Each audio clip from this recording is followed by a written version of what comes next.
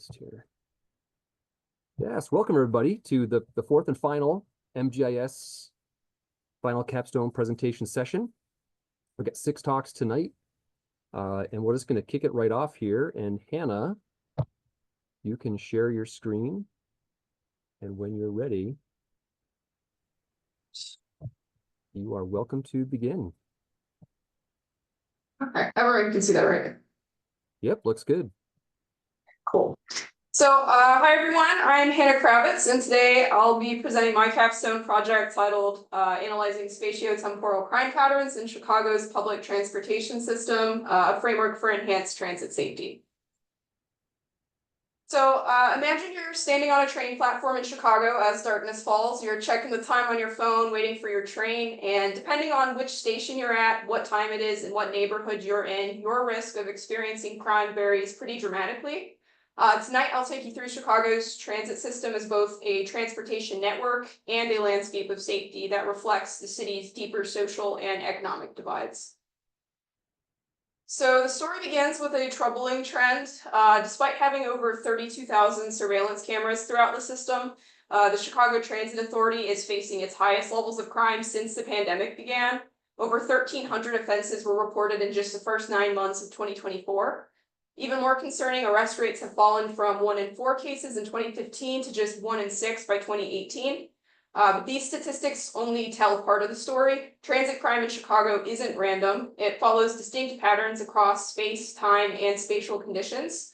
So some stations consistently experience rates of nearly 7 crimes per 100,000 rides, while others remain consistently safe. Understanding these patterns is essential for creating a transit system that serves all Chicagoans equitably. So my research set out to address 3 fundamental questions. First, where does crime concentrate within the transit system? I wanted to identify spatial patterns, hot spots, and cold spots, and how they've changed before and after the pandemic. Second, why do these patterns exist? I examined how neighborhood characteristics like income levels, demographics, and transit usage influence which stations became crime hotspots. And then third, when does crime occur? I analyzed how patterns vary across different times of the day, days of the week, and the seasons. So by integrating these 3 dimensions, the where, why, and when of transit crime, my goal was to develop a framework for more targeted safety interventions. I focused on 4 specific years, 2018 and 2019 representing pre-pandemic conditions, and then 2022 and 2023 capturing post-pandemic conditions. So this approach allowed me to identify not just current patterns, but also how the pandemic reshaped transit crime across Chicago. My work builds on established transit crime research while addressing key gaps in our understanding. So previous studies have distinguished between static crimes at stations and non-static incidents on moving vehicles. Researchers have examined how transit systems influence crime patterns in surrounding neighborhoods and identified risk factors, including station design, land use patterns, and demographics. Environmental factors are also critical. Sakato and Utenbogert found that poor surveillance, inadequate lighting, and proximity to alcohol establishments all increase crime risk. They also found fascinating seasonal patterns, for instance, that winter months see higher crime rates at stations with signs of social disturbance. Particularly relevant is Burdick Will's research that highlighted how transit crime extends beyond direct victimization and shapes broader social outcomes by influencing behaviors, mobility patterns, and neighborhood perceptions. However, most existing research takes a fragmented approach, either using aggregate statistics that hide local variations or studying single transit lines that miss system-wide patterns. So few studies have integrated spatial, temporal, and socioeconomic factors to understand how they work together. My research addresses this gap by developing a framework that examines all 3 dimensions simultaneously across Chicago's rail network. To conduct this analysis, I integrated 3 data sets. First, Chicago Police Department crime data with detailed information on each incident. Second, Chicago Transit Authority system data, including rail line and station shape files and annual ridership statistics. And then third, American Community Survey block group data that provided socioeconomic context for the neighborhoods that surrounded each station.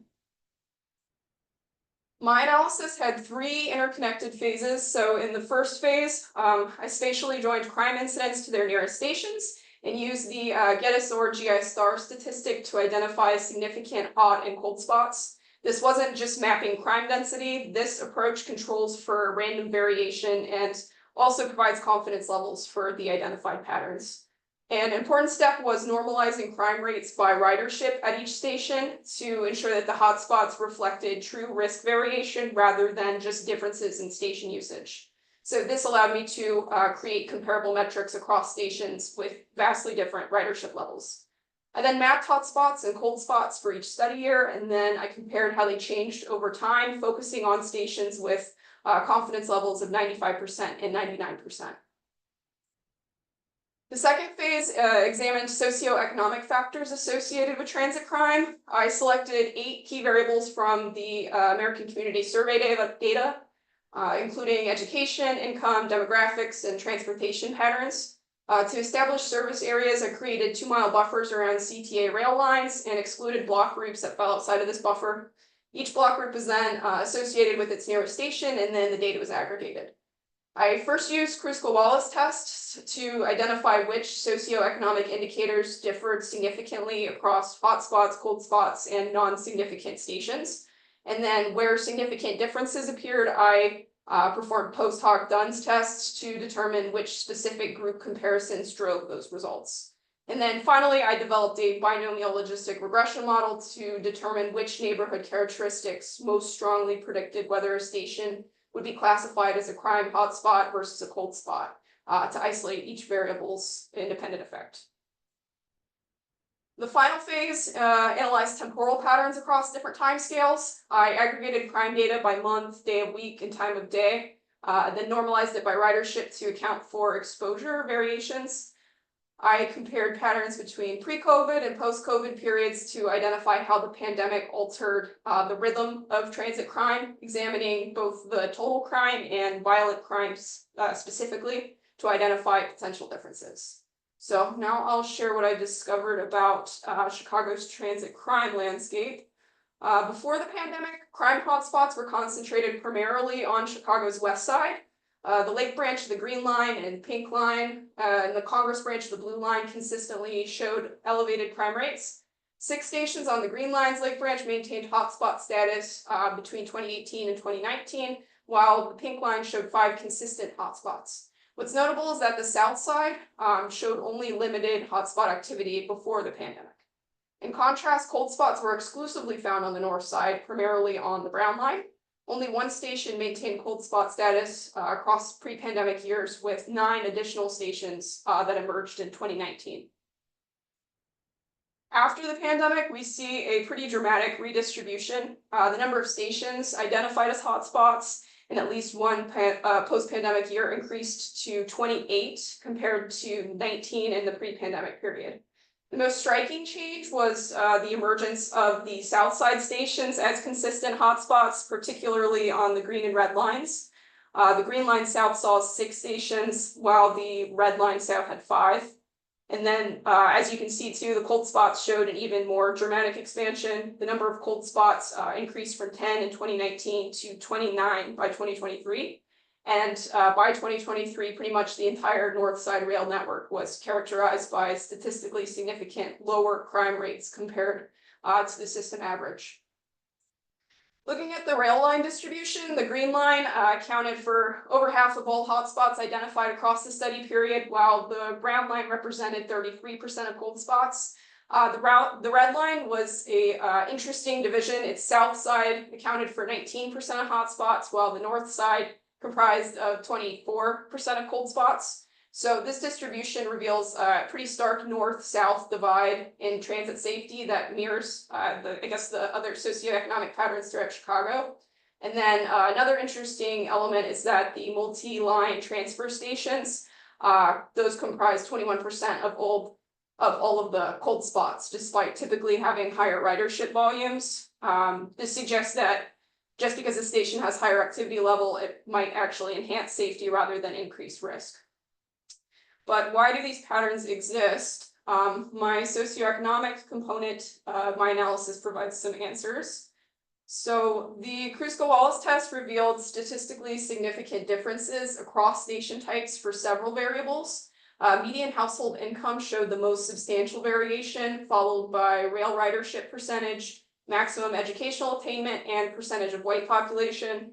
The post hoc Duns test further clarified these differences. So hotspot stations were consistently associated with lower median household incomes, significantly lower percentages of white residents, and reduced rail ridership percentages, as well as lower educational attainment compared to cold spots.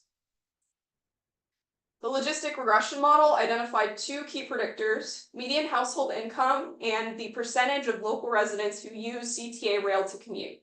So for each $10,000 increase in neighborhood income, the odds of a station being a hotspot decreased dramatically. Similarly, areas where more residents regularly use the rail actually show lower crime rates even after controlling for income. So what's interesting is that educational attainment lost significance at this level, despite initially showing strong univariate associations with crime patterns. So this suggests that education's relationship with crime operates primarily through its correlation with economic opportunity rather than as an independent factor. The model's predictive power is noteworthy. Using just these two variables, income and rail ridership percentage, we can predict hotspot classification with 92% accuracy. And I also achieved the McFadden pseudo R-squared of 0.48, meaning that nearly half the variation in hotspot classification can be explained by just these two neighborhood characteristics. So finally, let's look at when crime occurs throughout the system, which was some of the most surprising findings. So before the pandemic, total crime peaked during summer months, particularly May through July. And then after COVID, this summer spike diminished, with higher rates occurring during spring and early fall instead. And then violent crime showed an even more striking change. Pre-pandemic, it displayed a modest summer peak. And then after COVID, violent crime increased consistently across all months, with rates for January through April approximately doubling, actually, compared to pre-pandemic averages. Unlike total crime, violent crime no longer showed strong seasonal concentration, and has more of a persistent baseline risk throughout the year. Day of the week patterns also shifted dramatically. Pre-pandemic, crime was fairly evenly distributed across weekdays, with a slight dip on the weekends. Post-pandemic, midweek days, especially Thursdays, emerged as high-risk periods. So Thursdays now record the highest normalized crime rate for both total and violent incidents. This shift is likely a reflection of the change in the commuter behavior with hybrid work schedules, where Thursday has essentially emerged as the new Friday. The most concerning shift came with time of day patterns. Before COVID, crime peaked during early afternoon and during late afternoon and early evening hours from around 3 to 6, aligning with typical patterns of the heavy passenger volume during afternoon commutes. After the pandemic, overnight and early morning incidents surged dramatically. Crime rates between midnight and 3 a.m. are significantly higher compared to the pre-pandemic period. Total crime at midnight more than doubled, and violent crime during these hours surged even more dramatically. So meanwhile, afternoon and early evening periods experienced relatively lower crime rates post-pandemic. Violent crime now shows a much flatter distribution across afternoon, evening, and nighttime hours, rather than concentrating during evening commutes as it did before. So this suggests that crime risk is no longer as closely tied to traditional commuting patterns. So what does all of this reveal about transit safety? Here are my 3 key takeaways. First, that transit crime has become increasingly polarized since the pandemic. The traditional concentration of hotspots on the west side has expanded to include south side stations, while cold spots have proliferated throughout the north side. This growing spatial divide suggests that the pandemic exacerbated the existing disparities in transit safety.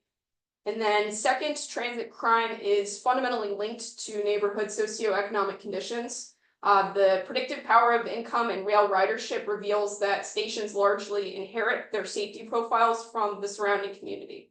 So this challenges approaches that focus exclusively on station-level interventions without addressing the broader neighborhood conditions. And then lastly, the temporal landscape has fundamentally changed. Crime is no longer as tightly linked to traditional commuting patterns or seasonal cycles. Instead, risk has shifted toward overnight hours and midweek days, particularly Thursdays, requiring a rethinking of security deployment strategies. So in conclusion, these findings have pretty big implications for transit safety policy. Effective interventions need to first target resources according to the new spatial and temporal patterns that have emerged since the pandemic. Second, recognize that transit crime is embedded in broader socioeconomic contexts that require more holistic approaches to address.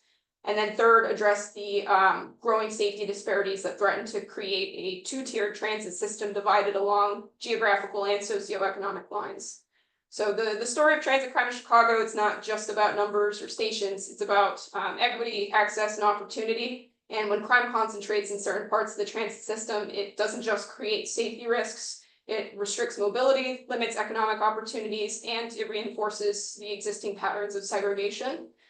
So by understanding the where, why, and when of crime throughout the transit system, we can hopefully develop more effective approaches that enhance safety while making sure that public transportation remains accessible for all Chicagoans, regardless of where they live or where they need to travel. So thank you for your attention, and I'm happy to take any questions. Thank you, Hannah. That was outstanding. I have a million questions, but for the sake of time, I think we need to move on to the next talk. But I will say, if anyone does have questions, you can put them in the chat or say them aloud if there's time. But in any case, Hannah, could you put your email in the chat? And actually, everybody, when you're done with your talk, put your email in the chat. So if people want to follow up with you offline, we can do that. So yeah, great job, Hannah. I know Anthony's got a question in there. So you can ponder that. But for the sake of time, we're gonna forge ahead. Let's see, who is next? Matt, could you please share your screen, and you may proceed when you're ready.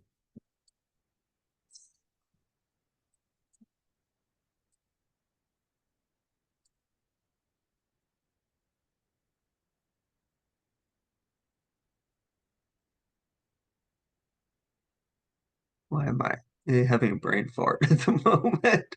Go to your slide. All right, here we go. To the left. Yep, from beginning. That should. Here we go. There Sorry you go. about that. No, looks good. All right. All right, so hello everybody. My name is Matt Carr, and today I will be revealing my project, the Improving Indoor Mapping Practices and Standards, or IMPS project, as I like to call it. Goal is to find solutions for indoor mapping. So let's begin. So first off, why do we need it? Indoor mapping has needs that have increased over the years, such as everything from public safety to house remodeling. There has been a dramatic need for indoor mapping. Unfortunately, the field has not yet taken off, and this is due to a variety of factors. Some of these include a lack of standards and unclear practices. And we are currently limited by the challenges unique to the field at the moment, such as acquiring 3D model data. So where does this come in? That goes into the project goals and objectives, which is first and foremost to streamline the data collection process and reveal the best practices for it. To address the UI and navigation issues within ArcGIS as Pro, and to present a more universal set of standards because there are currently not a whole bunch. So, research findings. I did some research into the project beforehand, before I started. So, there were a few key takeaways as a result of all this. First is that the future is definitely in 3D modeling instead of 2D floor plans. Second is a lack of uniformity amongst the standards and practices amongst the field. And unfortunately, there are some issues with the data collection devices and that they need improvement. Further into the future being into 3D, most current indoor maps consist of 2D floor plans as of right now. However, according to Chen and Clark, there will need to be a switch from 3D models, or switch over to from 2D floor plans to 3D models in the near future. This is because of the growing needs of the field and a better means of displaying multi-story buildings. Next up, lack of universal standards. As of now, Deng et al. Had stated that businesses are currently wary of picking up indoor maps, and a big part of this is due to a lack of standards. And there really are not a whole bunch at the moment. However, Lee et al. Says that there are some standards that are currently being developed, and these are a few of them, such as industry foundation classes, indoor GML, city GML, and indoor OpenStreetMap, to name a few. And they all apply to indoor mapping. Next is the uncertainty with the devices, and there are a few areas where there have been some major issues. First has been with the accuracy of the collection of the data. Next up is the coverage of which it's able to capture. Also, they're difficult to calibrate. There's a lot of work needed to line up a shot so that it can begin in capturing. And lastly is the infrastructure of the hardware. It just is not well maintained as we currently speak. So what are some current solutions that are being proposed? Well, there are a few. Zhao et al. States that smartphones can be used through crowdfunding applications such as Polycam. And why does my mouse keep moving anyway? Okay,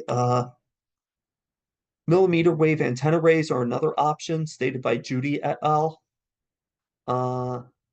Another option would be microdrones equipped with simultaneous localization and mapping technology, or SLAM technology. This is the most accurate method as of now, Karim et al. Says, and it can be automated and therefore be allowed to be more precise.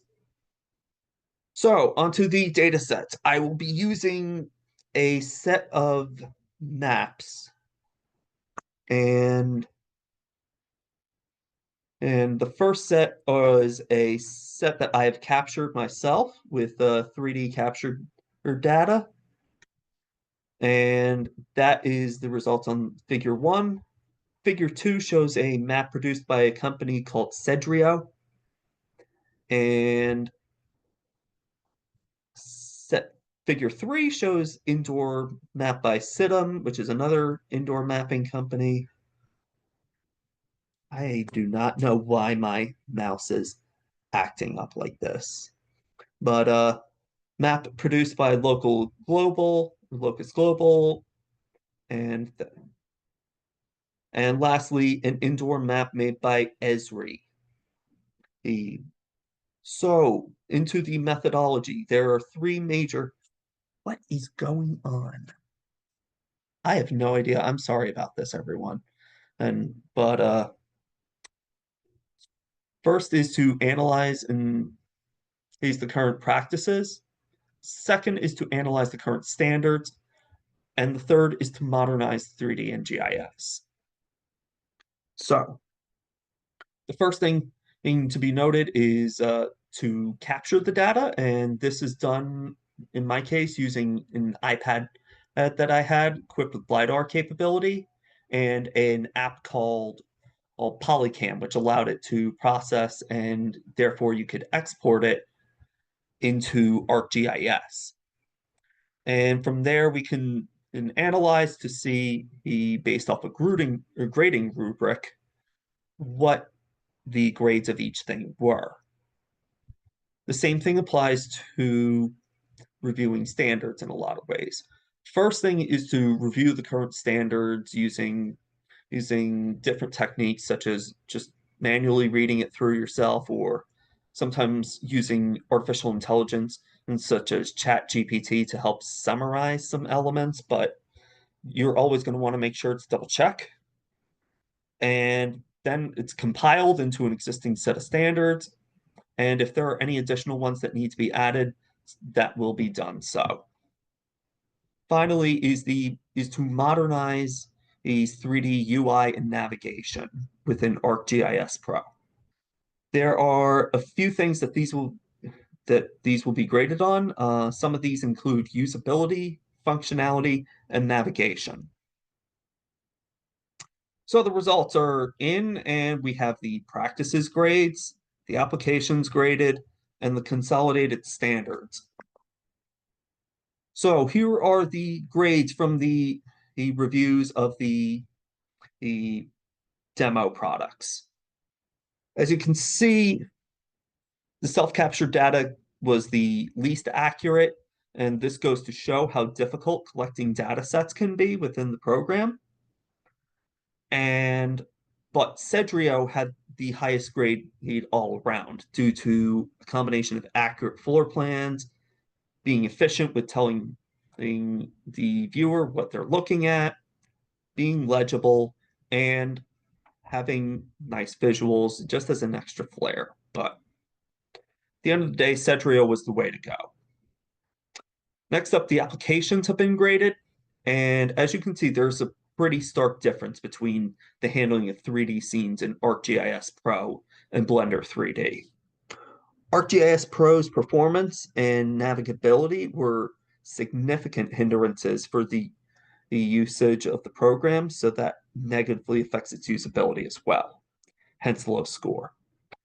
Blender 3D, much more responsive, much better performing, more functional, and usable, therefore indicating the higher grade and that ArcGIS Pro should take elements from Blender 3D for its 3D engines. Finally, a consolidated list of standards. There are still some standards out there, but this is a list of some common ones between two of the major standards collections, the indoor mapping data format and indoor GML.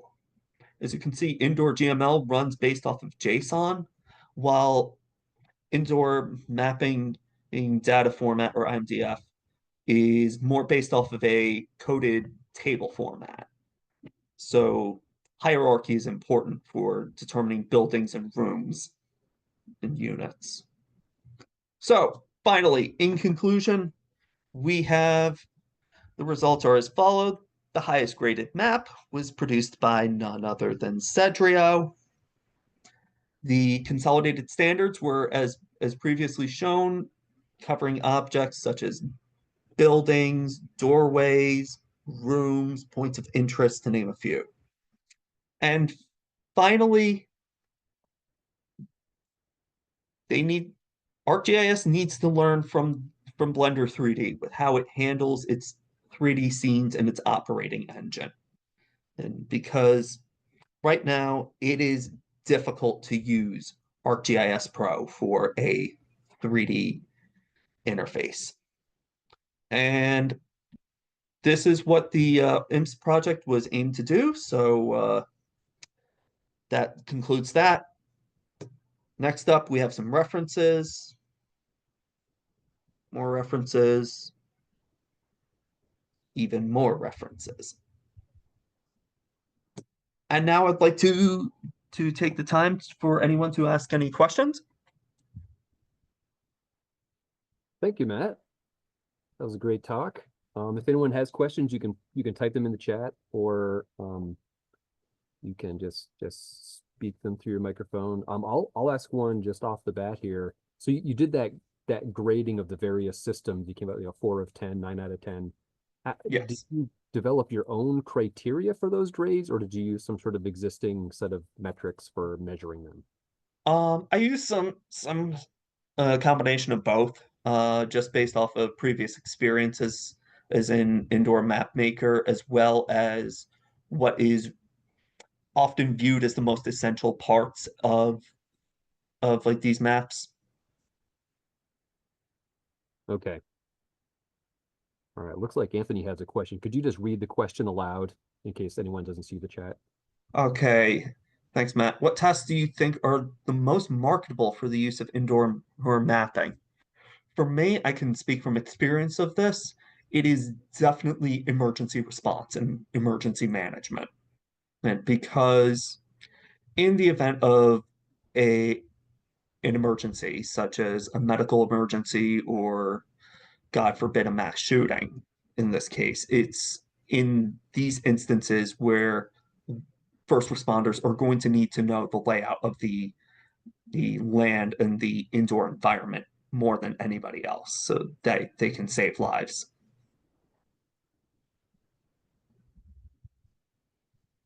All right, any other questions for Matt?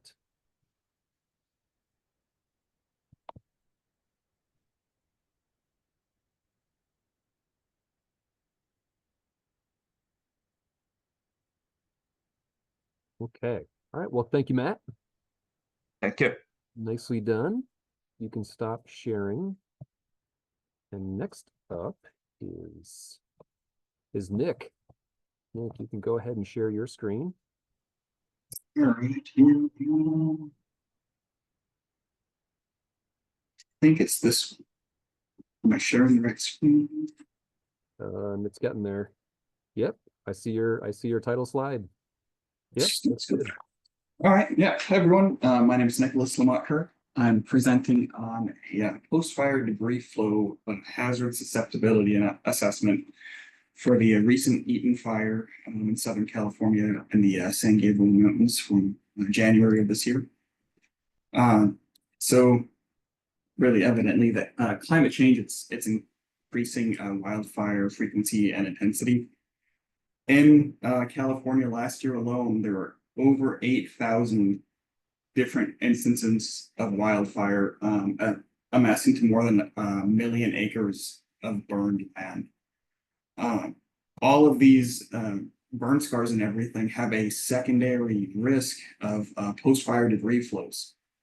And these risks can affect communities and infrastructure really downslope from these burn scars, and they can actually travel quite a ways. But scientists have been using GIS and remote sensing tools combined with field studies and everything to assess these hazard-prone areas, and it's really crucial to do these fairly quickly because the potential for again secondary hazard. My project's objective really is to use remote sensing indices from Landsat data and the GIS toolbox to develop a debris flow susceptibility index map, if you would, by looking at burn severity, assessing the burn severity, analyzing some terrain factors, and then combining that in a multi-criteria decision-making analysis to kind of give us and spit us at that index map of hazard. This is the study areas I was saying. This is the Eaton fire footprint from January of this year, burning approximately 14,000 acres. And then previous literature, there's actually been quite a bit of previous literature on this, and it kind of breaks down into 3 different groups. There's ground studies, which include site visiting, using instrumentation, digging through debris flow, footprints and everything, and kind of measuring moisture of in-place and post-fire vegetation. There's combinations where they take that data and combine it with GIS and remote sensing imagery to kind of give their studies. And then there's really what this is a desktop study using solely GIS and remote sensing imagery. Across all of the studies, there's been really 5 criteria pulled out, which is slope angle, there's the hypsometric integral, which I'll describe, soil erodibility, burn severity, and then a rain threshold. For this study, we're just going to assume that a rain event strong enough to cause a debris flow to happen, because it's the most variable, and really each individual site is its own study for rain thresholds in itself. These post-fire debris flows happen really before the fire happens. Vegetation and debris on the ground, they slow down water runoff, which is the cause for erosion. They allow that water to infiltrate into the subsurface. During the fire, 1, we lose vegetation, we lose the litter on the ground that slows that water, We also lose the organic compound and structures within the soil, which provide large global slope stability. And they typically create a hydrophobic soil layer kind of in the near surface, just above the subsurface.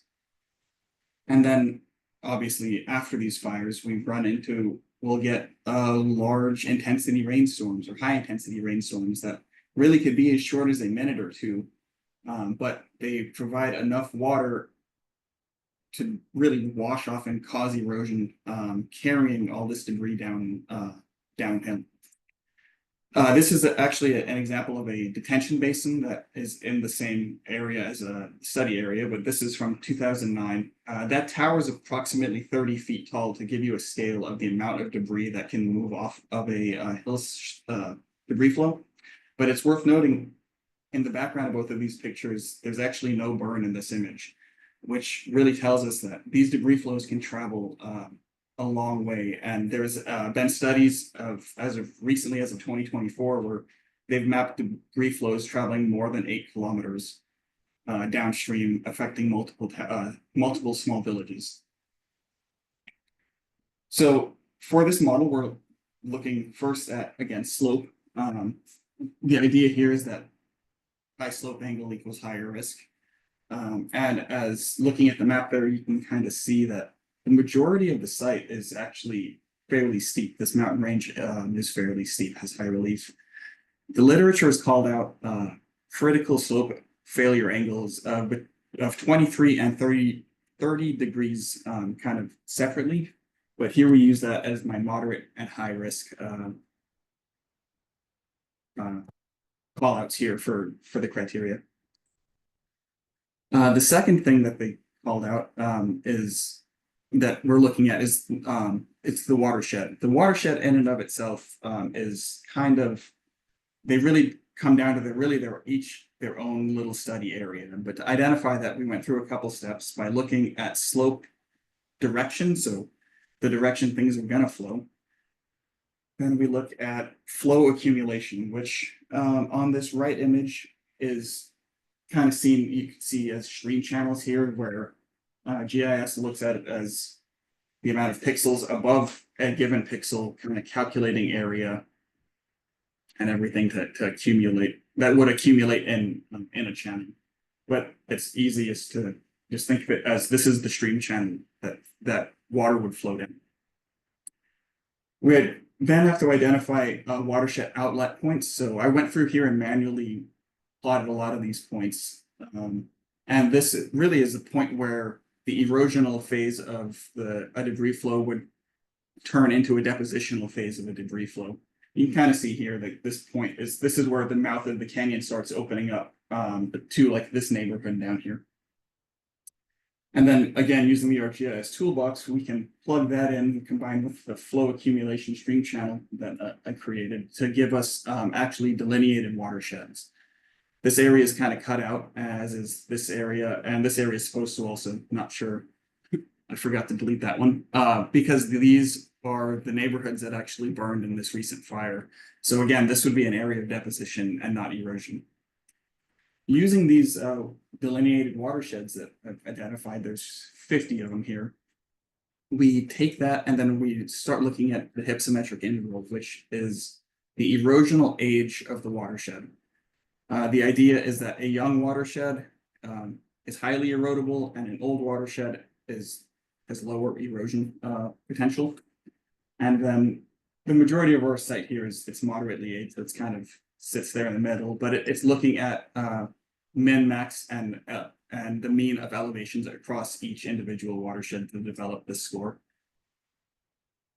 The next criteria we look at is really it's the soil characteristics. This is the K factor. This is soil erodibility, which is different from the hypsometric interval, which is looking at watershed erodibility based on elevation. This is based on lithology or soil makeup. So they look at silts, clays, sands, organic matter, and then rock content. There's quite a large equation that I could actually never get to work out, but luckily the USDA Soil Survey publishes this data for us. And kind of, this is the map that we get from them. And it's a 0 to 1 factor also that we add into our model. The majority of this mountain range is granitic in nature, so we would expect fairly low erosion rates for soil. But soil does develop here, so there are instances where we do have some high erodibility. And then we have a rather very low value here. Again, this is the neighborhood where we have paved roads and housing footprints that were once, full homes. The next thing we look at is the burn severity. So we need to analyze how bad the burn is, looking at 2 snapshots in time. So we have a before and an after image, and we look at the band 5 and band 7 of Landsat 8 data, which looks at near infrared and shortwave infrared. The big thing that we're calling out is that these bands really can identify like the chlorophyll content through the imagery. And the top image here is our post-fire, the bottoms are pre-fire, and I guess they're really less important. What is more important is the difference between them. So this is our difference normal burn ratio map or surface. And this surface really shows an artificially low burn severity. We see large areas of unburned and very little bit of moderately low and moderately high burn. So we know this is untrue based on observation of the site. And that's because the site has large areas of bare soil and rock exposure instead of thick, dense vegetation. So to get around that, we can relativize this data by taking, again, that previous raster and dividing it by the square root of the pre-fire condition, giving us a much more seemingly accurate raster surface showing burn severity. And then this is classified using the USGS burn severity classification from their FireMon software. So, and here really this gives us that we can see just as visual observation that we have areas of unburned and low severity, but we do have areas of high severity, which is what is expected and what has been seen based on additional imagery. So taking each of those criteria, the slope, burn severity, the K factor, and the HI, we needed to assign weights to those. So using this AHP, this analytical hierarchy process, we assign weights based on their relative importance to each other. And this is based off of expert opinion of the conditions on the site. But what it comes down to basically is the item in the row, like slope here, is 1.5 times more important than burn severity and 2 times more important than K factor and HI. So we kind of create this pairwise comparison, and then there's some additional math that goes on. I did in Python here, and I'll skip going through it for time savings, but it spits out our weights here and gives us this 35%, 25, and 20% for each of these weight criteria. And that really feeds into, it's part of this multi-criteria decision making. So we've analyzed the weights of each of those input criteria and considered the relative importance of them. And then we're going to normalize that data, and really it comes down to is plugging it into a weighted overlay tool in our GIS to spit out an output map of our hazard index. So the result of looking at my 4 criteria gives us this map here, shown with those mapped out watersheds, and we have again from low to very high severity. I'm sorry, hazard susceptibility, and this type of map would be great because it allows communities to take this information and plan for areas that may be impacted by high or very high hazard susceptibility if known storms or planning needs to occur, or for asset management or whatever. But really, this image can be taken one step further, and I've taken each watershed and classified it based off of its highest pixel value. And really that was chosen that way instead of the average pixel value is, as back to the beginning, we discussed that these debris flows have the possibility of having extremely long run out in the orders of kilometers. The biggest watershed, this guy here, is approximately 5.5 kilometers long here. So it's within the possible range for a debris flow up high in the mountains to actually make it all the way down to these communities. So that's really where these maybe slightly higher than would be average hazard susceptibility come from.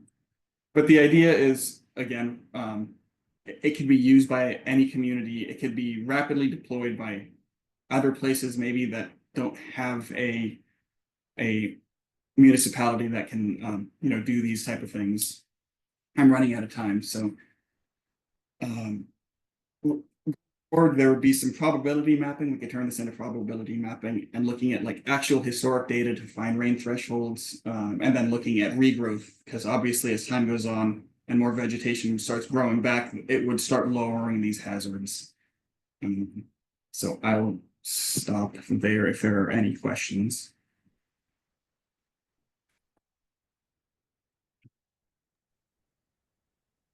Nick, that was very well done. Thank you.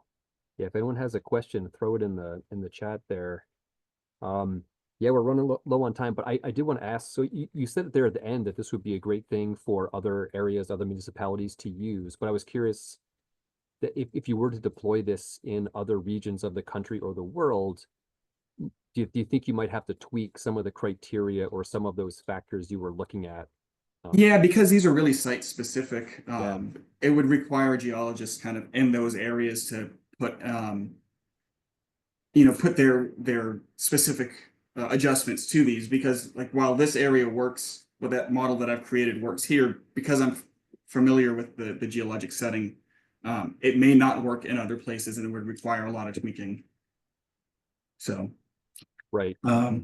Excellent. Looks like Anthony has a question in the chat if you want to read. Yeah, you're curious to know what response or planning orgs think about these kind of risk maps.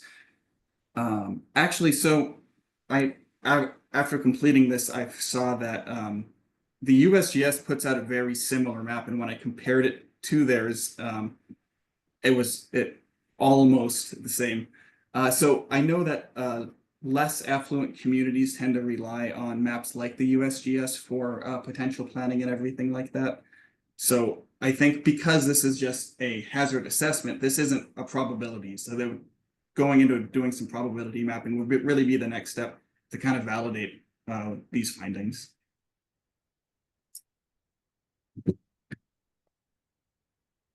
Awesome. All right. Thank you, Nick. That was great. If you and anyone else wants to put your email in the chat, so other people can follow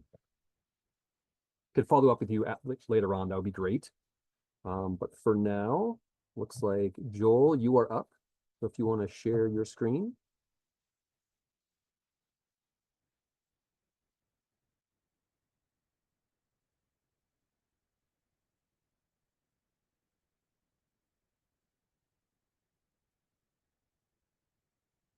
There we go. Looks like, there we go. I see your PowerPoint. Take it away when you're ready.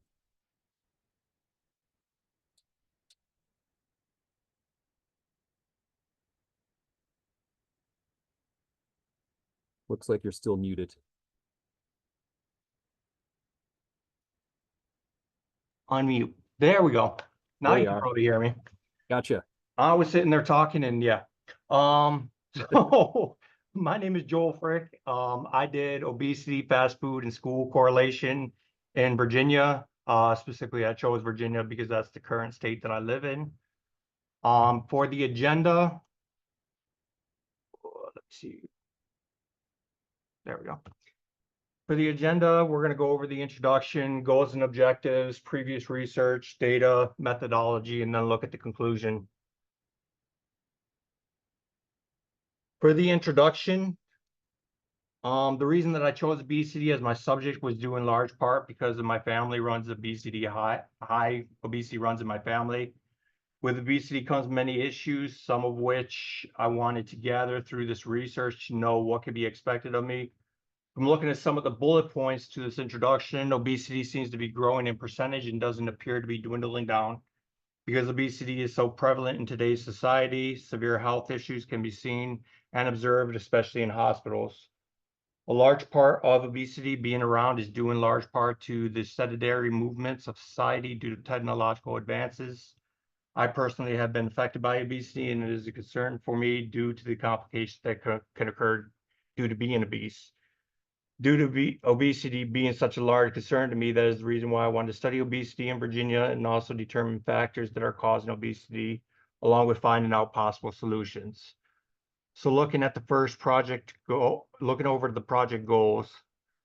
The project goals, we are trying to determine the locations of obesity and where the highest percentage is located. We then want to see how close fast food locations are to obesity rate to determine how much of a factor fast food is having on obesity. We will then be looking to see if there's any correlation with adult obesity and children obesity by looking at schools throughout Virginia. We will then look at we will then make a determination whether there is a correlation between the schools and fast food locations. And then we will look at the methodology and the data and then look at the actual results. For the previous research, I broke it down into 3 separate categories. The first one being childhood obesity. Children obesity, like the first one says, it can cause elevated insulin levels, elevated plasma glucose, low HDL, cholesterol, elevated triglycerides, and hypertension. In Virginia, 1 out of every 3 kids is considered to be overweight, making Virginia the 25th heaviest state out of the world. Well, not out of the world, all the United States. 69% of 20-year-olds are obese, and that starts at the ages from between 2 and 19.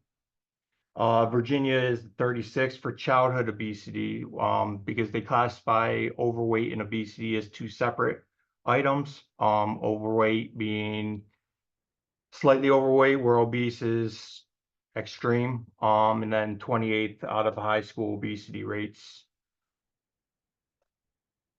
Looking into the actual adulthood, in 2017, 42.4% were severely obese, an increase from 4.7 to 9.2. Then they broke it down into ethnicity. So you have non-Hispanic Black adults at 49.6 were obese, 44.8 of Hispanics were obese, 42.2% of non-Hispanic adult whites, and then 17.4 non-Hispanic Asian adults. In the state of Virginia, nearly 32% of the adult population is in the obese category for the body mass index. A big portion of what can cause or aid obesity is gazing, gawking, or staring at people, as it lowers their self-esteem. Lowering self-esteem sometimes goes into depression, and that's a whole nother topic. Virginia is considered to have 68% of adults as overweight or obese.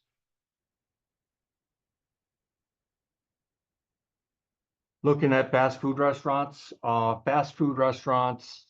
wanted to see on the locality of fast food locations, and it said that fast food has grown exponentially in our current diets, being that it's more affordable, appealing, easier to access, and quick and easy to, I guess, get and eat.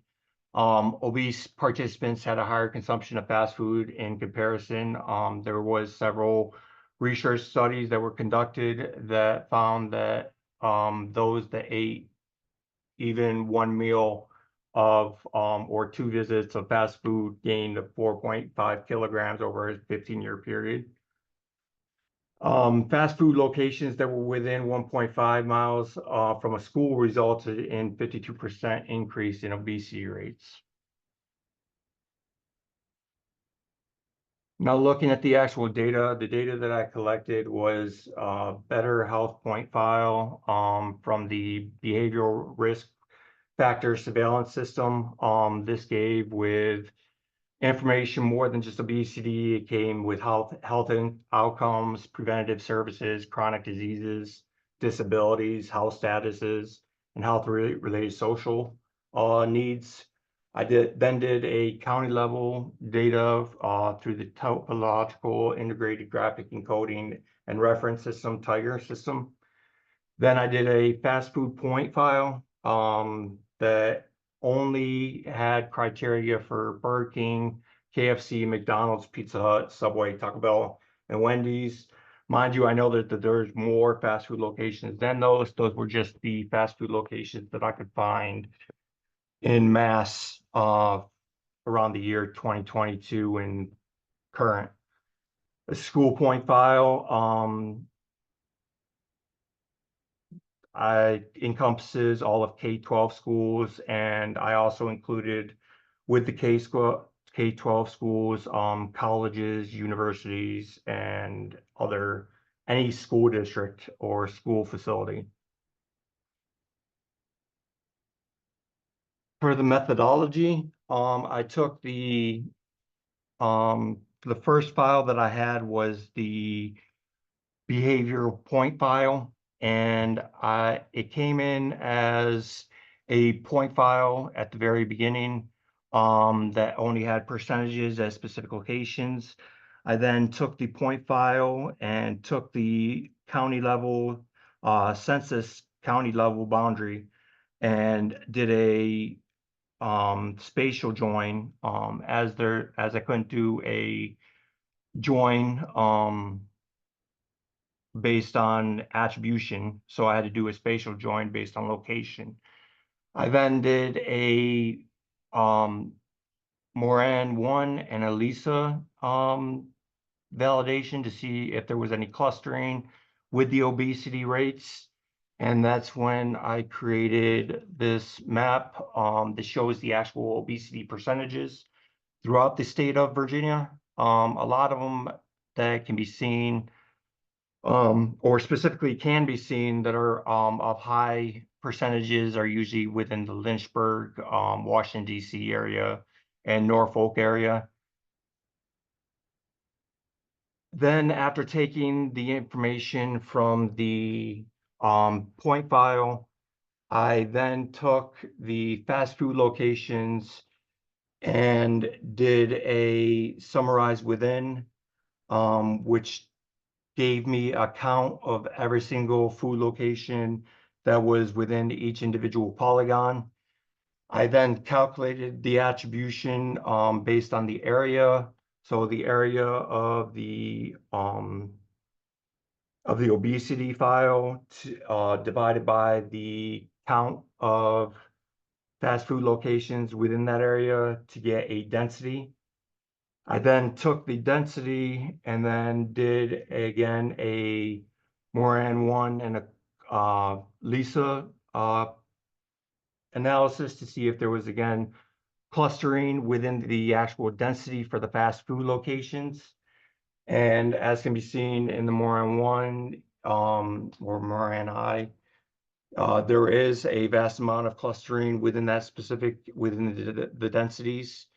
And I did it within each individual, I did it within meters. So that's why it's such a large number within the actual legend itself. I then taken the actual Lisa analysis. It didn't take all of the information that I had within it. As you can see, there are areas on the actual Lisa products that are produced where they state that they're not significant, and there's a large number of 1,801 points that are considered not significant, but are clustered within specific locations, again, such as Norfolk, Lynchburg, Richmond, and Washington, D.C. area, which I think is crucial to have those data, and I don't know why it was not annotated in the actual tool itself.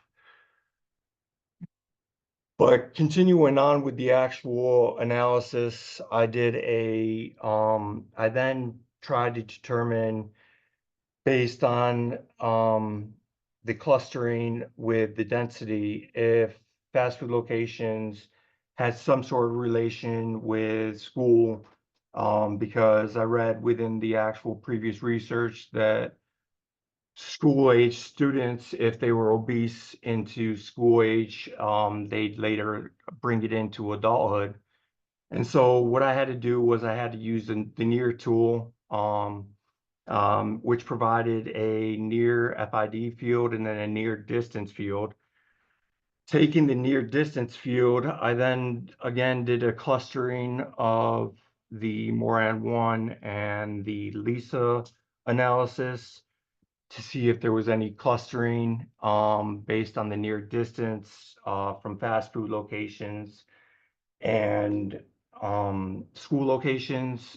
Again, that showed up that there was clustering within the actual location and that the mean distance from schools, as you can see, the ones that are closer to the actual fast food schools that are closer to the fast food locations are essentially in Norfolk, Richmond, and again, the Washington, D.C. area. And again, I did the LISA analysis, which provided the information again, where it shows clusters in those specific areas. After that, I ended up converting the information into a raster format in order to try to do some sort of correlation analysis between all the information, as I had all the information within one shapefile, with all the attribution within one shapefile. And I was able to do a band collection statistics analysis where it provided a statistics of the individual layers and a correlation matrix showing that there was a correlation of about 25% between obesity and fast food locations, and then there was about a 18% correlation between fast food location and school locations. So in conclusion, the research determined that there are clusters of school layers of school. There's clusters of obesity layers, fast food locations, and locations of school clustering within the density.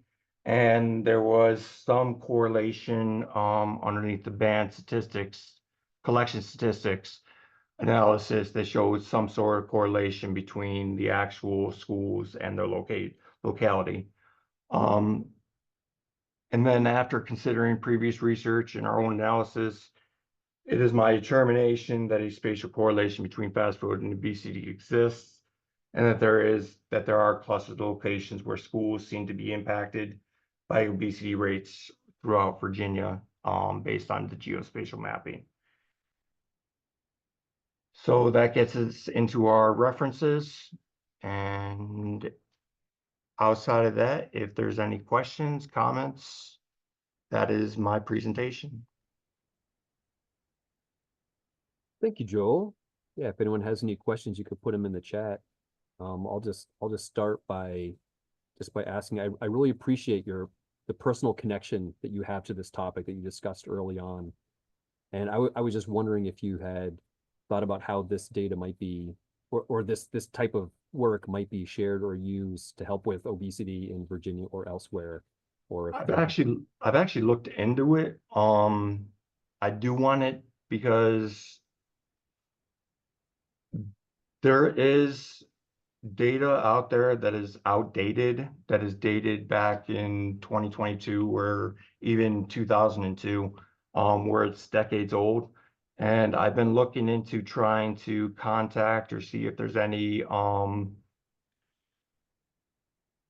sort of meetings between the government or the governor themselves, and seeing if there's any meetings with some of the people that place out all this information on obesity rates. Okay. All right, any other questions for Joel? I do have a question for Joel, if I could ask. Sure. I think one of the things that may help your project is to tie in some of the cost of healthcare and the cost savings of reducing obesity, and how that affects also the actual if you tend to tie that to dollars, it seems to go over better with legislators and people, to just, show the healthcare savings and stuff by the consequences of obesity. Yeah, that is a good point. Okay, we got one more comment from Michelle in the chat if you want to read that and respond. So I would like to go further into the research. I would have liked to try finding out the reasoning why the GeoDuh tool didn't had such non-significant points in it, and why it didn't weight everything when I ended up putting it into the tool. So that is something I would love to dig in a little bit further on. I did have me and the professor went back and forth quite a few times. So this was a drastic change from where I started from the very beginning. But there is a lot more that I would like to do. I would like to go into the cost element into it and see if there is how much it does end up costing in the long run, based on people being obese and the impacts that it actually causes regarding your health. Okay, great. Thank you, Joel. All right, so next up is William. And you can go ahead and share your screen.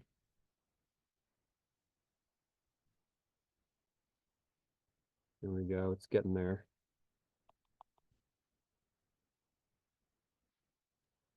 All right, I'm seeing your entire desktop, I think, and PowerPoint is just on one side. Oh, it's just on one side? Can you guys hear me? Yep, you sound Okay. great. Is my hold on, let me Yeah, I see PowerPoint on the left and I see your notes on the right. oh, okay. How about how about now? Yep, looks perfect. Oh, okay. Okay. Yep, go ahead when you're ready. All right. Hello everyone. I'm William, and my presentation is on analyzing the causes of traffic fatalities in the United States using a spatial statistic and predictive modeling approach. So let's talk about traffic deaths in the United States. During the early days of the automobile, fatal accidents were a pretty frequent occurrence. In fact, they were so common in the 1920s that there was often gruesome photos of crashes in the newspapers.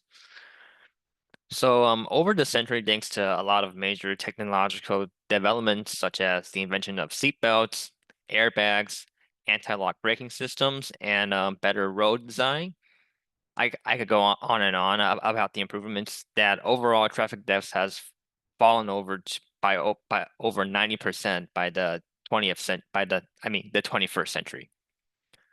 But however, that positive trend has reversed over the last decade. From 2018 to 2022, the number of reported fatal vehicle accidents rose from 37,000 to 400,000. So we would all like to ask the question, why is this happening? The first thing is the rise of the SUVs. SUVs has very rapidly become the most popular vehicle in the United States over the past decade.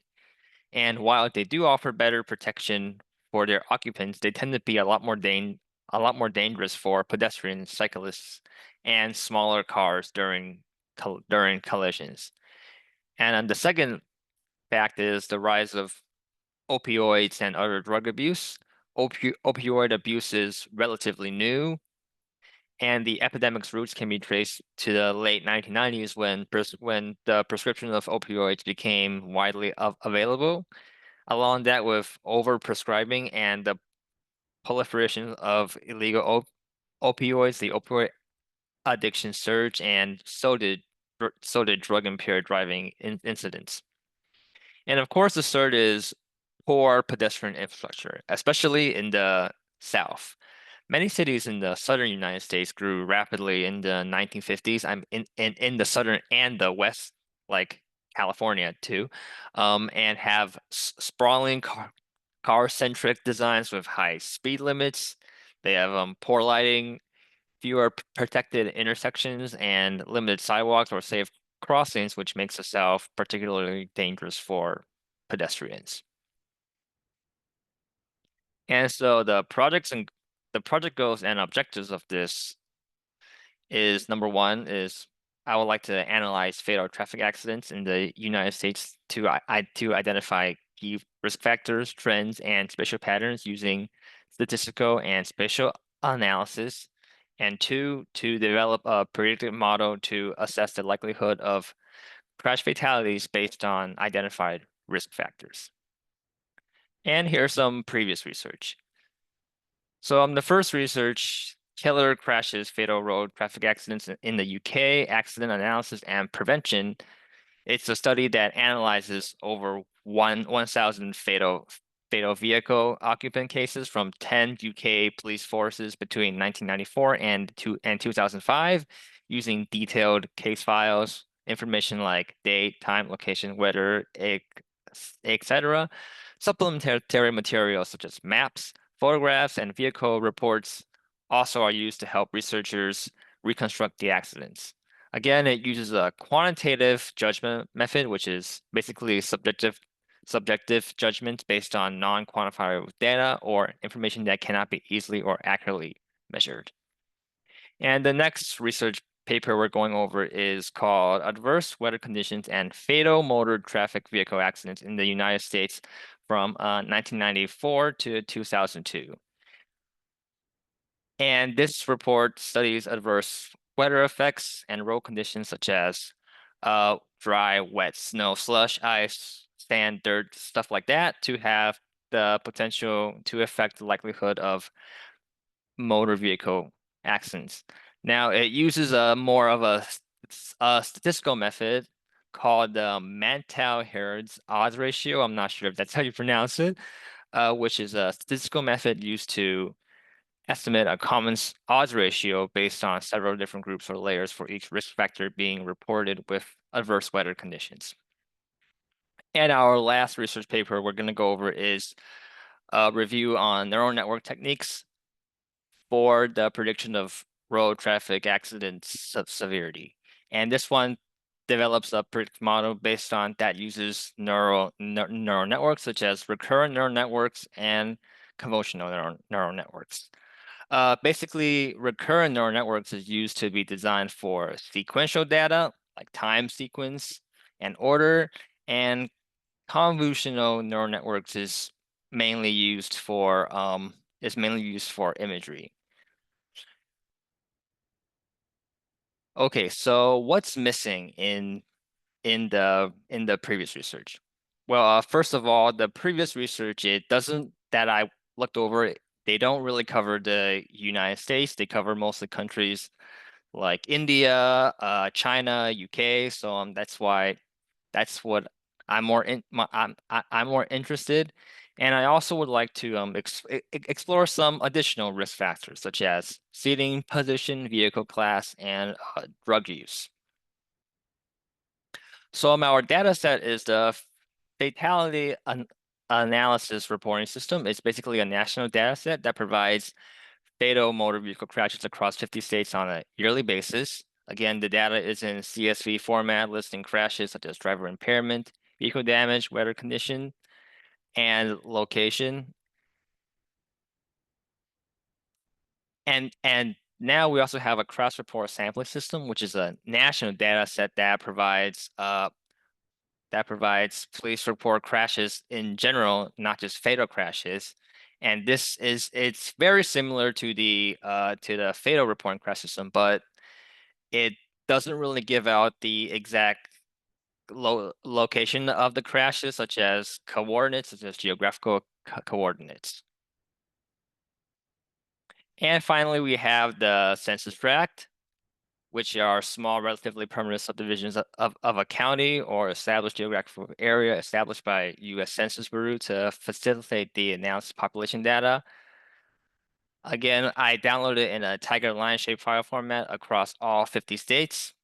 As we know, a census tract is a very popular way to measure something as small as a neighborhood. And Hannah, in her previous presentation, also. Oh no, I'm sorry. She used block groups. My bad on that. So now we have our methodology. So in the methodology, we're going to conduct exploratory data analysis, which basically summarizes the main characteristics of the data set. We're going to be using frequency tables of all of our variables to show them the category percent. And we're also going to visualize such as crashes during day of the week, month, time to crashes.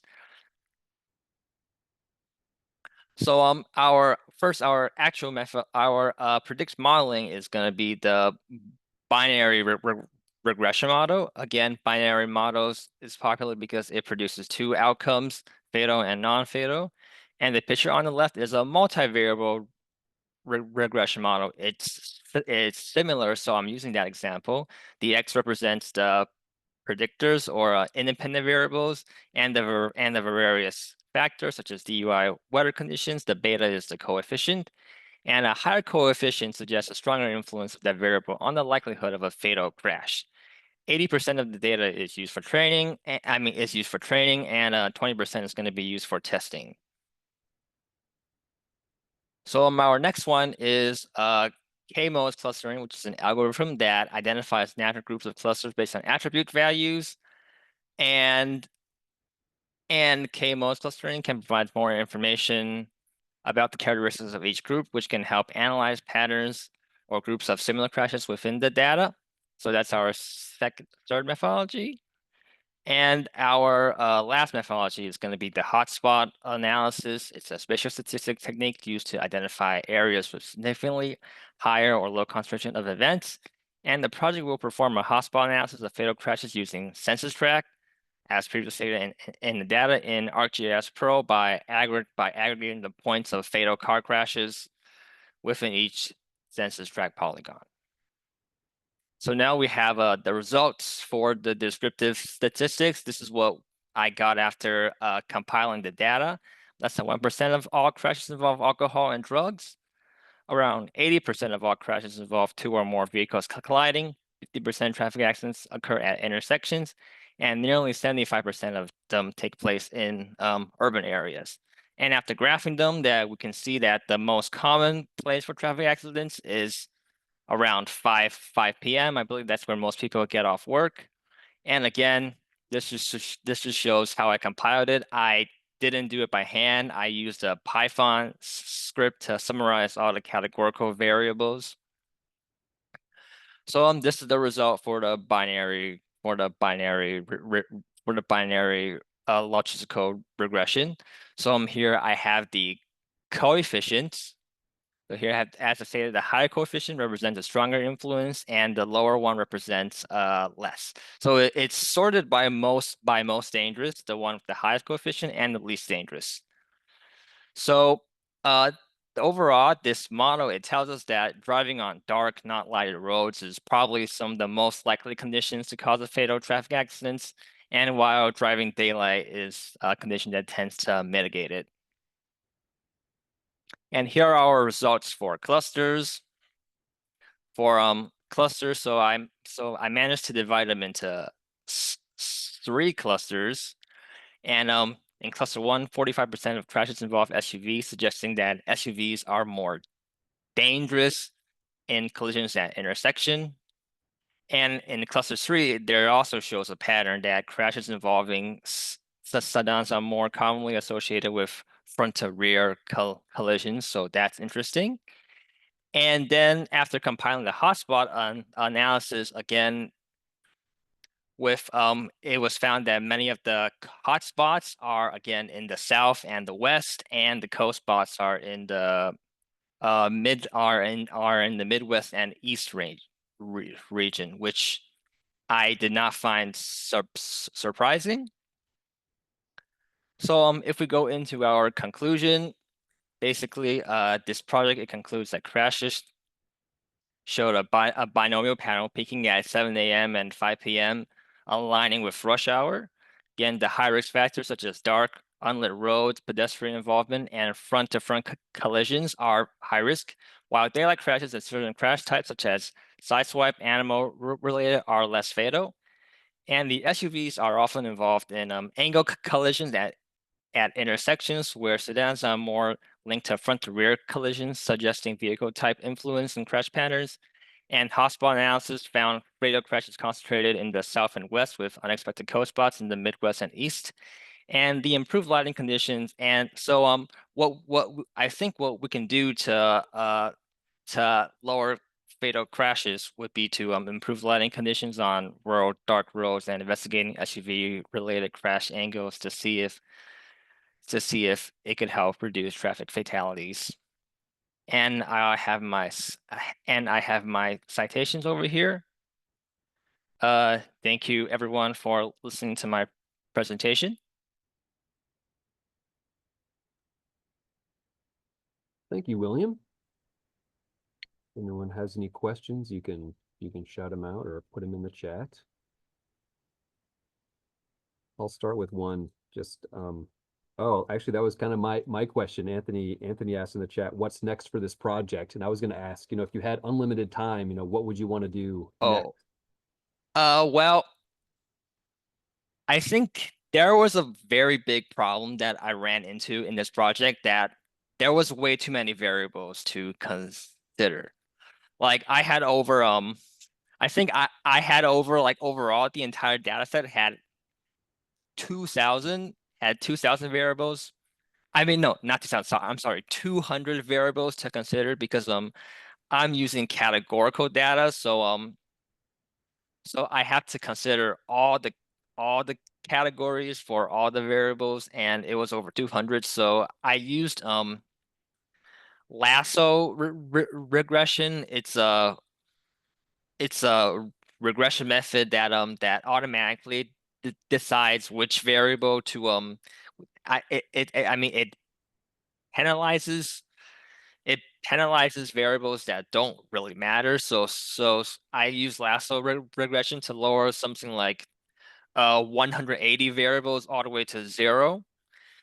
And that also created a lot of other issues, because I can't use the normal statistical methods to analyze like multilinearity and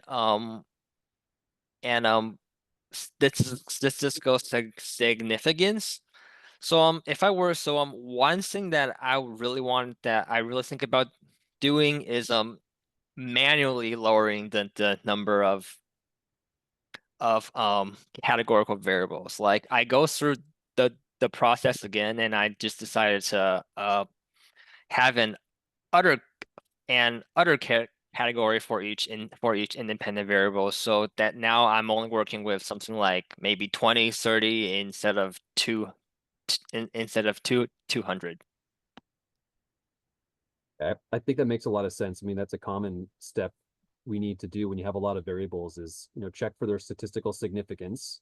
And also you can check to see if various independent variables are correlated with each other. Because if they are, if they're kind of redundant, and that's another way that you can weed things out. Yeah, so I think you're right on the money there. All right. Well, thank you, William. You can stop sharing your screen. How I have no idea how to stop, how to like, oh, okay. I got it. Whatever you did, it worked. So that's done. All right, Bert, you may share your screen. And you are the last presentation of the night, so you may proceed when you're ready. Okay. I want to apologize first because I'm sick and we'll try to get through this uh, without too much pain. But thank you for lasting for this presentation. And this is a little different than a lot of the presentations I've seen, and it's really a passion for me. We're going to talk about the implementation of GIS education in K-12 Brevard County schools, where I'm currently living at. I started this when I was in Philadelphia, and I worked with about 6 schools, and retired and moved down here to Florida, and still work teaching, and wanted to address this topic. And this came about whereas in okay, sorry. Why is this important? Basically, being a school teacher, we realized students were lacking in skills, thinking skills, data science skills, skills for application. I want to say that my fellow educators have been guilty of what I call fast food education, putting things in short-term memory, giving kids content like what color is the sun and what color is the sky, and teaching that and coming back and asking those questions. So they don't really get into any type of higher level thinking, and it's just, what do I need to know for the test? Unfortunately, tests like the SAT tests and things like that don't necessarily ask content questions. They ask application questions. So our students are ill prepared for that, and we have to make some difference. And I found out, realized how, data science and gives you a chance to have some higher level thinking, because they have to have different type of skills.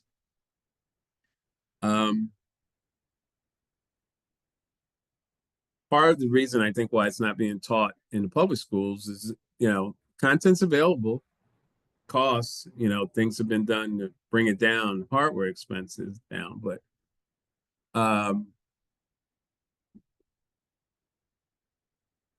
the big problem is I guess I call it the Rodney Dangerfield.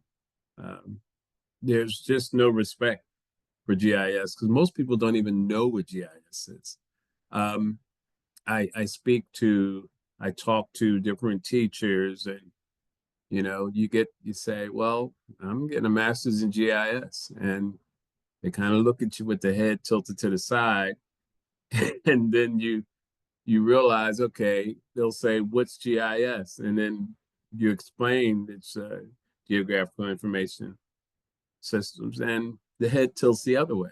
So it really doesn't clear up what it is. And if you don't know it, most professionals are not going to come to school to teach for different reasons. One is pay, and the other reason, they believe classroom management is very difficult, and it's a lot of things that go on when you're teaching in public schools. So you get to the point where you don't have an inroads into K through 12. These schools and school districts are really more worried about graduating kids. Give me the math, give me the English, give me the science, let's push and move them on. And they're not necessarily developing the skills that students need to be successful, because a lot of these blue collar jobs are kind of going away. And so you have that big gap between, you know, not educated and people that are going to college, which doesn't necessarily mean that the careers and the lifestyle is going to be good, because there's so many students, so many college graduates aren't working in their fields. So talking to different people when I worked at Penn State, found out that most of the students in the GIS program, GIS programs were discovery courses. They had no idea what it was coming to college. So it was like, okay, I need to figure out how to get this in public schools. And like I said, when I was in Pennsylvania, I was able to work with the public schools because I used to work in the Philadelphia school district. And I had inroads and free software and tutoring and, teacher development, things like that. And it kind of worked. I think some of my teacher friends did it because we were friends, not necessarily because they loved GIS. And I'll take whatever you get. But, in order to get teachers to do things, you have to, like I said, navigate these landmines. Most teachers feel they're overworked, don't have enough time, priorities get shuffled. Then you have, they have to learn something new. But the biggest one is that it's not mandatory. We do ask teachers to do more than just teach. So how are we going to get past that? We have to have them buy in. And one of the things that being a teacher and being around teachers, that we want to be comfortable with what we teach. A lot of the teachers teach just don't go from the book. It's like blah, blah, blah, blah, blah. No, because you'll get kids that ask questions and it's not necessarily in the book. And they're, you have to feel comfortable with saying, I don't know, or I'll figure it out, or, you can only do that so long. So teachers have to be comfortable. They have to know, why am I doing this? What skin is in the game for me to do this? And you have to be able to demonstrate this. And then you have to get them started, help them start forming content. I think if you get past those things, teachers will, my experience is that teachers will get to the point where, okay, this can work. I'll talk a little bit about how I've kind of started it here in Brevard County. So it kind of started to be totally honest, when I moved down here, I was looking for a teaching job, and I went to the head of CTE, and I asked about what CTE jobs were, because I was certified computer science, agriculture, and math.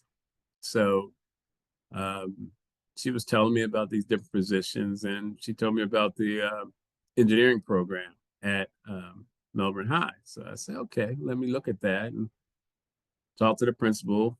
This came to be.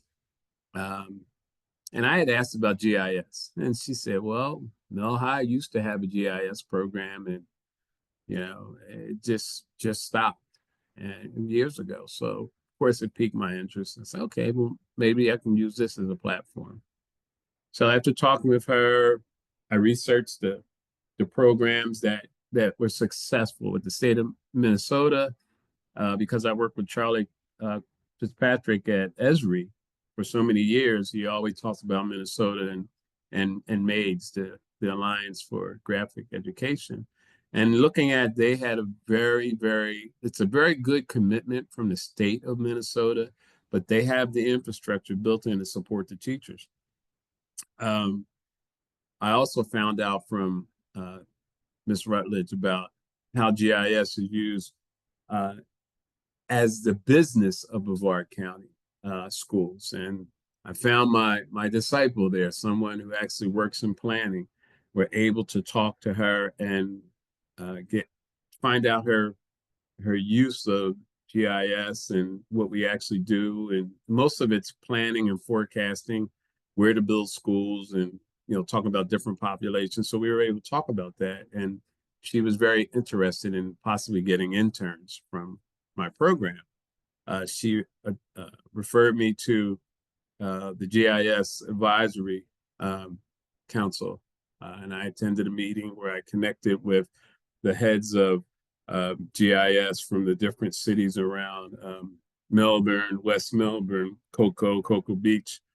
And this was held at Eastern Florida State University, their Cocoa campus. So I got a chance to meet Professor Robinson, who is actually the head of the GIS program there, and made some connections and found out about the Central Florida GIS workshop. I contacted them about getting possible mentors, because that was one of the big things in the in Minnesota in the MAIDS program, that each teacher had a mentor as well as workshops. So I wanted to mimic, what a winning program was, and knowing as a teacher, having the right mentors and things like that really, really works out. You don't feel like you're alone. Next thing I did was generate curriculum and content, because I knew that was something that needed to be had. And I scheduled a meeting with the head of CTE and the superintendent, and that meeting was scheduled for today. So that's where I'm at in it in this program. But I wanted to show you some of the things that I did develop, and I wanted to make sure that the program's sustainable going forward. Now, the way this works for the schools are in high school, students will be in a program and for 3 years, and they will take a CAPE test, which is a funded test by the state of Florida that's how CTE works in the schools. The programs get money. And it's what they really push. So, but I wanted to make it sustainable. And one of the ways I feel is to have the lower grades learn how to use the actual technology and programs, so that when you get to the high school, you will have students that are users of the program. So you can look and develop, developing content and doing more of the advanced stuff that would get you certified in the foundation test that Esri has, which is that CAPE funded test. So I wanted to make sure that it had an interdisciplinary approach, where it's integrating concepts from geography, environmental science, math, social sciences. And what this does is it helps students understand how GIS is applied across various subjects. Wanted to have real world applications. When I started teaching, I taught math. And I always got the questions, when am I going to use this? When am I going to ever going to use this? So here you do have real world examples, environmental studies, urban planning. Urban planning is big, especially in the inner city. Social advocacy. It makes it more engaging to students when they have things that are relevant to their lives. A collaborative development where we're using experts and businesses and recent high school students to bring back, to show how, excuse me, I'm sorry, how K-12 learners are actually, using what they're doing in the field. And also we wanted to use it, make it have a modular design so people can pick and choose what they're going to learn depending on their specific needs. So these are things that I wanted to have built into the program. So this is just coming up into showing you a little bit of what I've developed, as far as I have a whole mess of, I have a 3-year program, and this is based on the core. Let me explain how we implement this. You will have kind of a spoke and hub arrangement where the hub is the certified CTE teacher in GIS. And the spokes are the different collaborative or the different interdisciplinary teachers, where you might have in my case, I have an English teacher, I have a science research teacher, and I have a biology teacher, which they will be using different tools of GIS in order to make things happen. And it's always referring back to me. So their students, they will teach different things. And when I get to students, I will teach them the more core stuff about GIS. This is just some of it. This is 3-year curriculum, 9 through 12, based on 36 weeks a year. So these are some of the things that you see, and you can read. I don't have to read that. First semester, things that we're looking at, lesson plans, timelines, things that are essential for having a successful program. And all of this is based on the Esri Foundation certification and using the school package from Esri, which is free.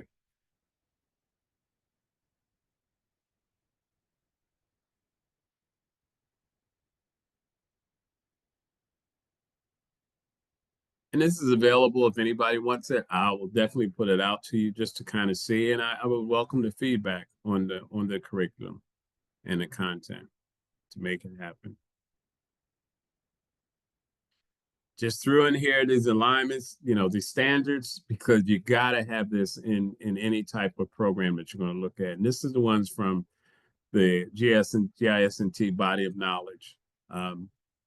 These are some of the standards that's implicated that you can fall back on research wise. These are the ones from the Esri fundamental certifications. And these are the different domains that's linked to our actual program. And just to make you GIS folks happy, I even put the National Geography standards in, the ones that are applicable. So all of this is actually built already for the teacher. So I want to try to make it as easy as possible. Now, all of this is well, the content is well, but what I found in my experience as teachers is the support structure. It is the mentors, it's the PDs, it's the actual interaction of how things are doing, the checking up, to kind of having that safety net for the teachers. So even though I had the content built in and trying to help them develop things, what really makes it go is going to be the cohorts that we have for PD, the little carrots that we have, and that when my kids certify, my program gets some money. Well, my part of it is sharing it with the actual teachers that are actually teaching that doesn't get the money. They're just doing little pieces of it as an incentive. I mean, my stuff is free. My computers are already paid for. So why does my program need the money? It's better to share so folks get the little carrot for not only helping their program, helping my program, but they have some skin in the game. So I look at it. So this is the conclusion that we have, is that unfortunately today the superintendent wasn't able to make the meeting, but he did give me provisional approval to use my program as a test platform until the program can be reviewed and vetted and gone through the district for adopting and submitting it to the Department of Education. One of the big things that we can have is that by showing that my kids passed the CAPE test, that speaks for itself. So that's what I'm looking forward to. This will be implemented starting this summer with the 3 teachers that I have and some of the students that I picked out. We'll actually be doing a separate track. So looking forward to it, and I can always let you know how it works. And that's my project. Great. Thank you, Bert. Does anyone have a question for Bert? Yeah, it looks like Anthony has them in the chat. Bert, if you want to read his question and respond to it, that would be great. Okay.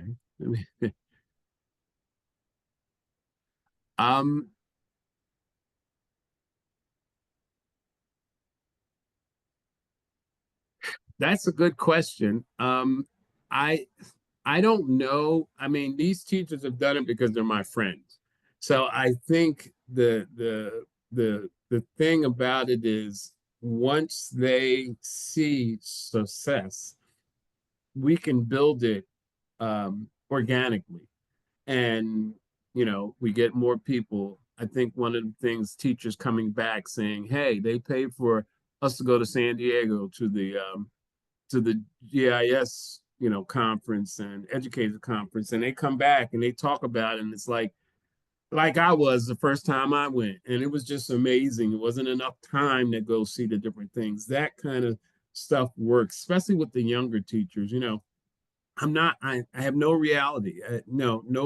I'm in the real world. It's not going to be one of those things where I'm going to get the 25-year teacher that's looking to go out the door in the next, you know, couple of years or stuff like that. That's, you know, I got to get the young folks, the folks that are going to be moving in and moving up, that wants to see it.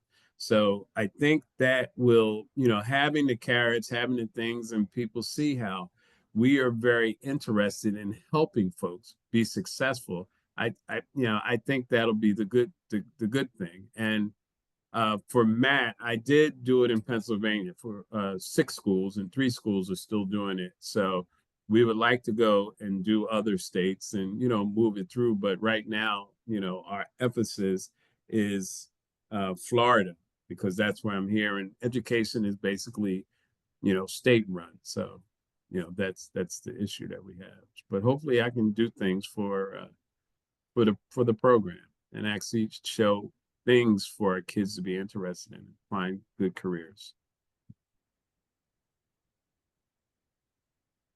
Right. Great. Thank you, Bert. Nicely done. Thanks. Well, that brings us to the conclusion for tonight. Thank you, everyone, for joining the session and asking questions. We appreciate that. And congratulations to all the presenters for getting through this portion of your final capstone. So nicely done. Congrats. And with that, that concludes all of the capstone sessions for this round. So thanks again for being here, and everyone have a great night.